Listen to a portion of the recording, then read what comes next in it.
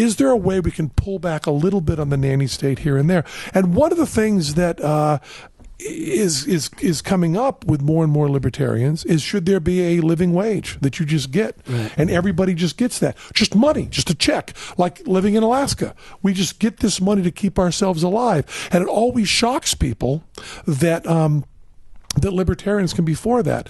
One of the things that is comically counterintuitive is they've done studies, and it's hard to say this without making it into a joke, but I really do make it seriously, that the quickest way to pull people out of poverty is to give them money.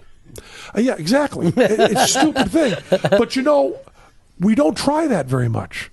What we try is we try food stamps, and we try welfare, and we try all of this stuff. But it turns out that if you give a homeless person a couple $1,000 so they can clean up, get a room, do that, not treatment, not study, not training, not counseling, but money, that sometimes it really, really helps. And I mean, Doug Stanhope, Doug, brilliant man, very, very funny.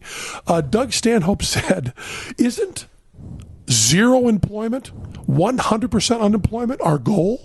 Right. Is that what we want? All the work done by machines, we just sit around? And there is a sense that we can do things so much more efficiently than we could before. If you want to employ everybody, have ditches dealt with teaspoons, but we don't do that. We can now make enough food, too much food for the whole country, with very few people working. So that puts those people out of work.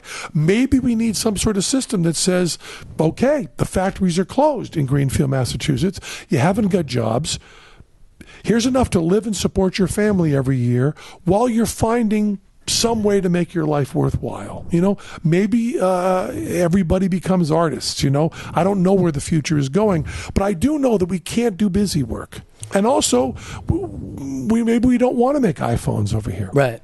Well, they always say put everybody to work, but they wouldn't consider what you and I are doing right now work. Exactly. Yet this is our jobs. And yet this may be the job of the future. Yeah. But is there a way, do you think, to ever take one town and try some of these ideas? They were doing it. I don't have all this information at my fingertips. They did a really interesting study in Canada. I forgot the town.